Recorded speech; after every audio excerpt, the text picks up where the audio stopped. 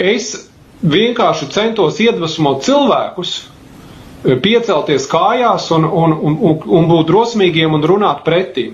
Ja, tas ir vienīgais, ko es darīju, tas bija mans vienīgais mērķis. Acīm redzot, tas bija tiešām stulbi.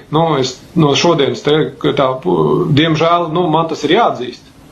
Jo cilvēki... Stulbi, tu vari vienkārši teikt neizdevīgi beigās, ja? Ok, labi, precīzāk, paldies, labi.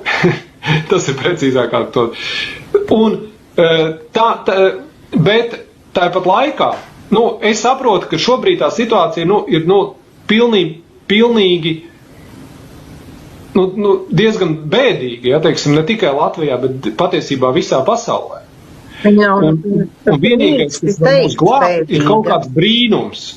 Es uzskatu, ka mūs var glābt tikai brīnums, jo cilvēki paši nav gatavi piecelties.